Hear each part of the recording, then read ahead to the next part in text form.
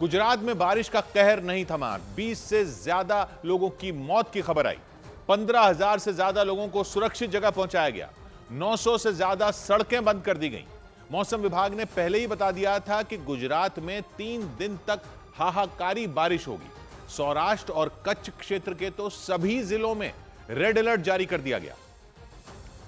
यानी गुजरात में बारिश का कहर नहीं थमा। इंसान तो इंसान, जानवरों की भी शामत आ गई। पोरबंदर में भैंसों का एक झुंड लहरों में फंस गया। भैंसें किसी तरह खुद को संभाल रही थीं, लेकिन एक भैंस का संतुलन बिगड़ा और वो बह गई। जबरदस्त बारिश की वजह से पोरबंदर का एक बड़ा हिस्सा डूब गया। पोरबंदर सोमनाथ हाईवे पर भी पानी भर गया। रिहायशी इलाके भी बाढ़ से नहीं बचे। नौबत आ गई कि लोगों को उनके घरों से एयरलिफ्ट करना पड़ा, जिसके लिए हेलीकॉप्टर लोगों के घरों की छत के ऊपर पहुंचा और उन्हें रस्सी के सहारे ऊपर लाया गया। इस तरह से पोरबंदर और उसकी सीमा से लगे जूनागढ़ से 20 से ज्यादा लोगों को बचाया गया।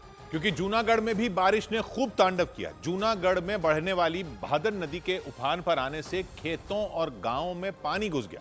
हालत यह हो गई कि गांवों में घुसकर लोगों को बचाने के लिए एनडीआरएफ को भी फूंक फूंक कर कदम रखना पड़ा। और एनडीआरएफ के जवान संभल संभल कर आगे बढ़ते दिखे। वो एक बड़ी सी रस्सी की मदद से लोगों के घरों तक पहुंचे और फिर धीरे धीरे उन्हें कमर तक भरे पानी से बाहर निकाला। बच्चों को तो गोद में उठाकर बाहर निकाला गया। इस बीच मौसम विभाग ने सौराष्ट्र और कच्छ क्षेत्र के सभी जिलों में बारिश का रेड अलर्ट जारी कर दिया। यानी गुजरात के कच्छ, द्वारका, जामनगर, जूनागढ़ और पोरबंदर जैसे इलाकों में मौसम का कहर टूटने का अनुमान लगाया गया, जिसकी वजह से हाहाकारी बारिश की मार झेल रहे वहां के लोगों पर मुसीबतों का पहाड़ टूट सकता है। समंदर किनारे बसे द्वारका में तो हालात हर गुजरते दिन के साथ बिगड़े। वहां के कई इलाकों में लोगों को बचाने के लिए हेलीकॉप्टर भेजना पड़ा।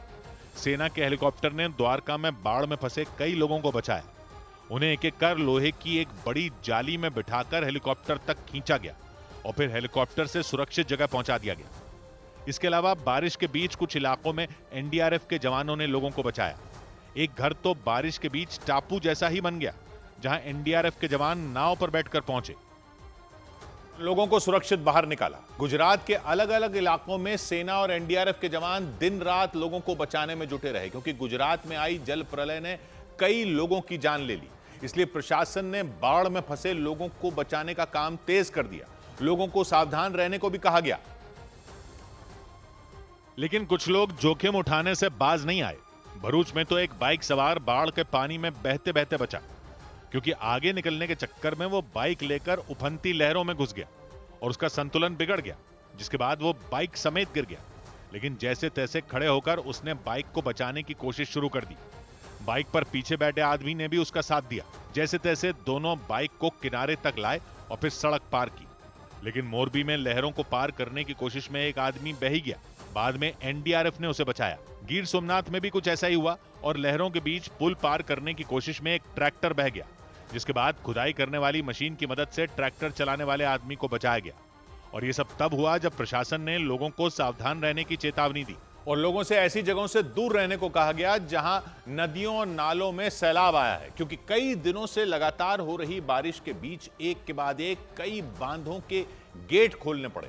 पहले गांधीनगर में बांध के गेट खुले, फिर मोरबी में बांध के गेट खोले गए, जिसके बाद जामनगर में भी वही किया गया और वहां भी बांध के गेट खोल दिए गए, जिसके बाद तो लहरें ऐसी डरावनी हुई मानो पूरा जामनगर उनमें समा जाएगा।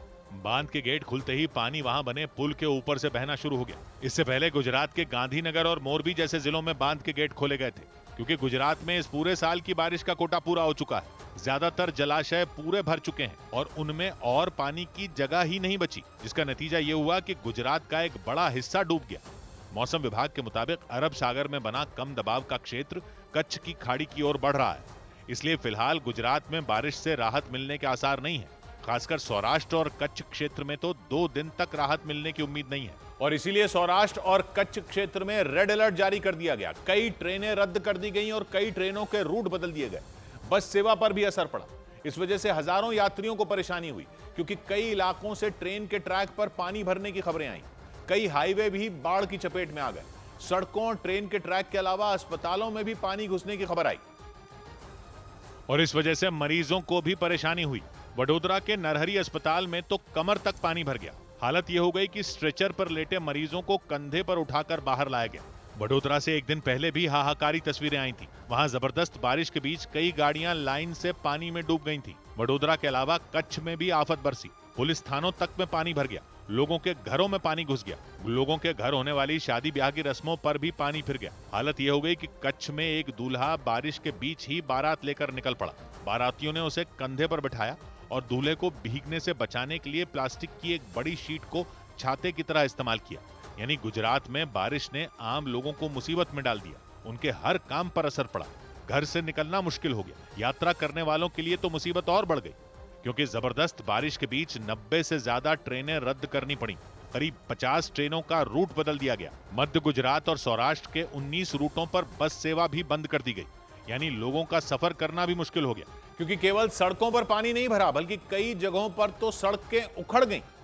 वडोदरा में भी सड़कों की कई जगह दुर्दशा हो गई। हालत यह हो गई कि वहां हाईवे का एक बड़ा हिस्सा टूट गया और चर्चा का मुद्दा बन गया, क्योंकि जबरदस्त बारिश की वजह से वडोदरा में हाईवे का जो हिस्सा टूटा वो वडोदरा को गुजरात के केवड़िया में बने स्टैच्यू ऑफ यूनिटी से जोड़ता है। जबरदस्त बारिश ने उस सड़क की हालत बिगाड़ कर रख दी। सड़क करीब करीब पूरी उखड़ गई। वहां से आना जाना भी नामुमकिन हो गया। बताया गया कि मूसलाधार बारिश और डैम से छोड़े गए पानी की वजह से सड़क टूटी और बारिश रुकने पर ही उसकी मरम्मत हो सकती है। एक दिन पहले ही गुजरात के सुरेंद्रनगर में बांध का पानी छोड़े जाने की वजह से पुल टूट गया था और अब वडोदरा को स्टैच्यू ऑफ यूनिटी से जोड़ने वाली सड़क टूटने की तस्वीरें आ गई।